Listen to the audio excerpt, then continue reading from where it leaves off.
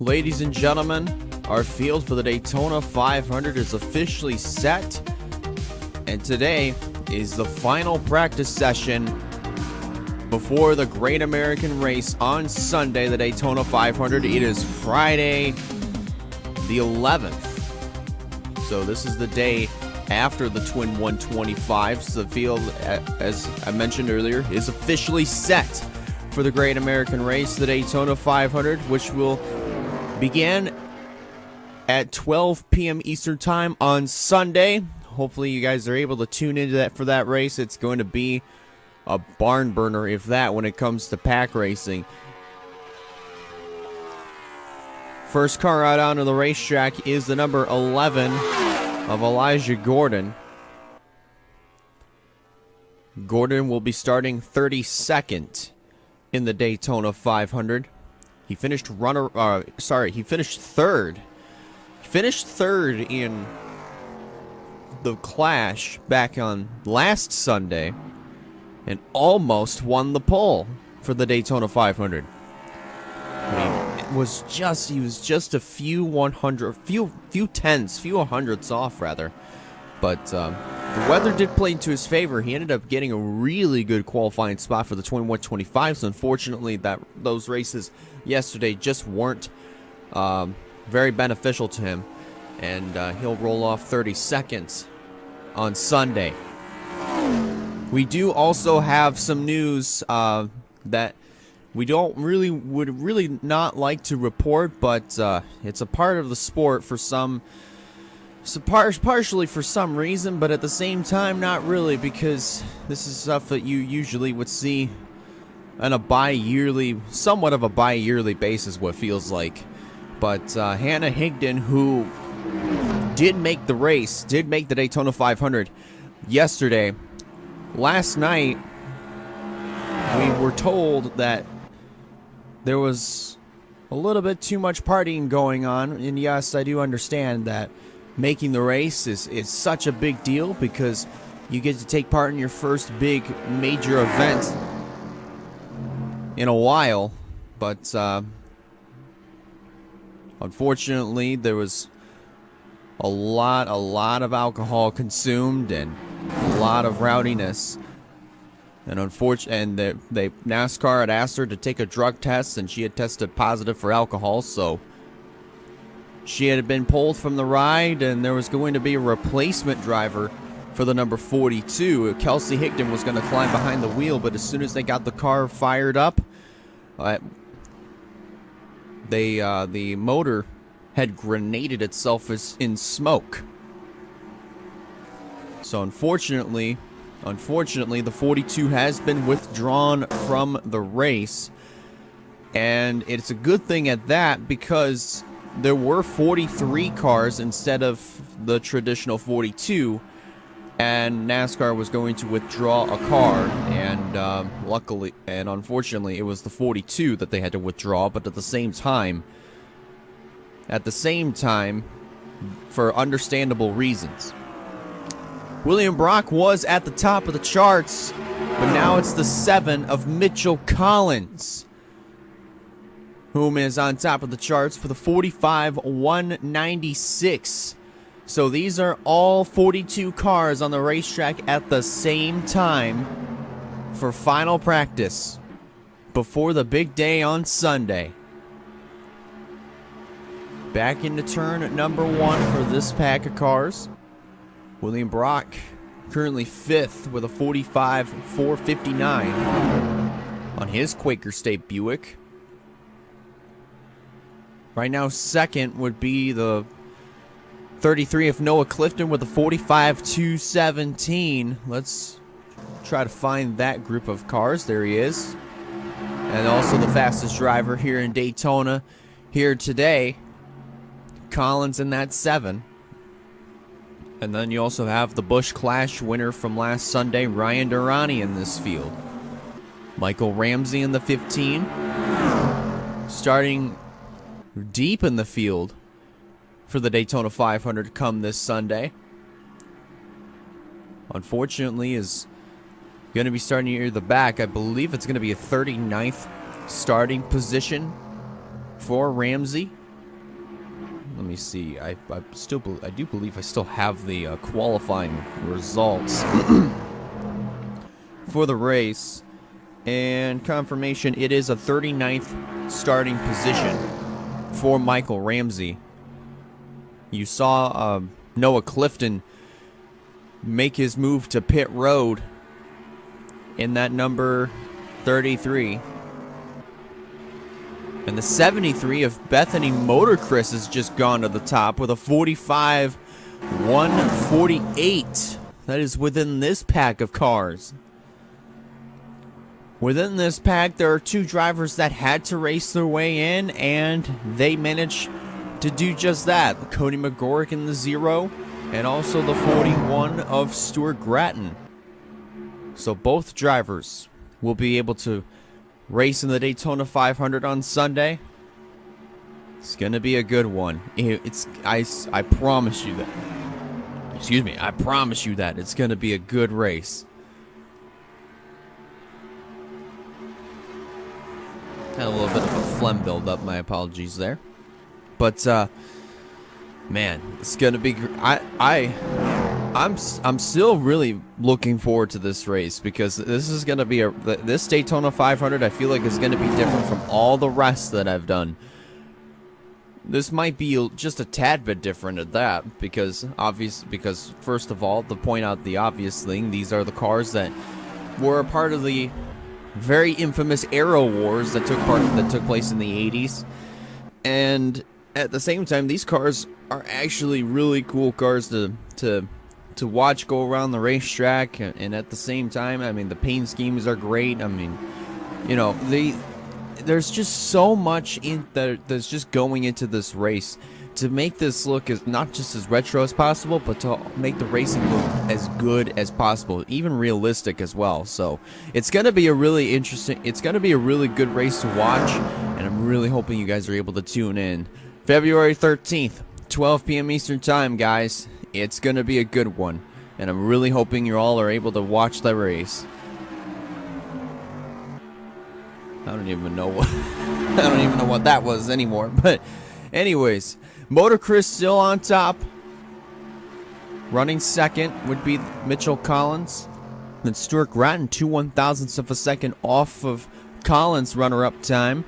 He's third. Noah Clifton fourth. And then you have Craig Martin rounding out the top 5. Then it's Nathan Stapleton, Sean Ard, Daniel Voiles running in the 8th spot in practice. 9th is J.D. Gilbreth, and running in the top 10 with his 45-304. That is Stephen Colon, whom unfortunately is going to be starting in the provisional, starting in the very caboose of the field. Let's see if I can find Stephen Colon. Oh, he was right here. Man, I just scrolled right past him. But this is what happens when you start recording at probably about 10 o'clock in the morning. But Stephen Colon is going to be taking a provisional, starting in 42nd position. Is that number 9 car going to be starting? But nonetheless, it shouldn't take Stephen that long to muscle his way closer to the front of the field, because the inside line usually is the most preferred way around the racetrack. It's the quickest way around.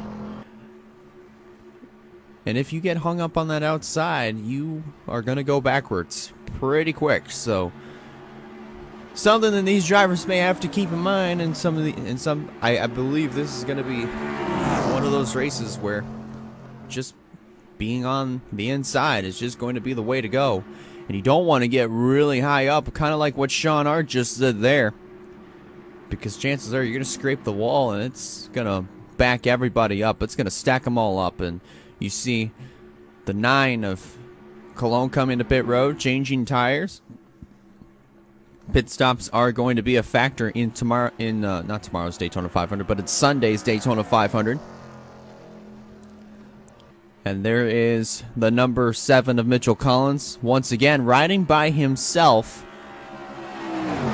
Not usually a bad thing to do in practice, but when it comes to race trim, not the best thing in the world. Even especially if you have a damaged car and you're going a minimum speed of like 142 miles per hour, well, these guys are going 191. See Brock and Jordan Peele going at it for track position. If this were a race, man, this would be something. Something interesting to watch. There's Allison Rain. Ooh, Rain down to the inside. I thought Rain was going to have a good enough run to get underneath of William Brock, but that just isn't the case. And you see this single file choo-choo train now getting around the 7 of Mitchell Collins. I think Collins could tuck into the rear end of this group and potentially draft up to the back of Ryan Durrani if he's able to do it and get a really quick time. He could do it. I mean, there is a possibility at that. Now William Brock is leaving Jordan Peele hung out to dry in the middle line. Now this is going to be some really interesting stuff. There you see it. Collins ducked in behind Gordon. Durrani backed out of that one quite a bit. Let's follow with Ryan Durrani. I wonder if he backed up intentionally so that way he can get a good draft on the 68 now of Jordan Peele, who has joined the rear end of the pack. So that way he can get a good time. He stays glued to the back bumper of the 68. Well, not glued, but he basically keeps his car right within that slipstream. Or at least attempting to. He drifts way high through the corner. But he did catch up to Gordon quite a bit. Made up a lot of time. Coming to the stripe. And the time that he has, let's see if I can find it, 45.616. I don't believe he picked up on that. Unfortunately, I don't believe he picked up on that. Which, not good. Not good at all. So a little update of Sean Ard. Just Sean Ard, you saw there, go really high once again. And you see Carter Joey in the 28 coming to pit road. Ryan Kendall on pit road. But your top 10 in practice now goes as follows as we're approaching the 2-minute remaining mark. Bethany Motorcryst still on top with a 45.148. That is faster than the pole time. Faster than the pole time. Running second. All these times are actually quicker than the times that were ran during qualifying, actually. Much, much quicker.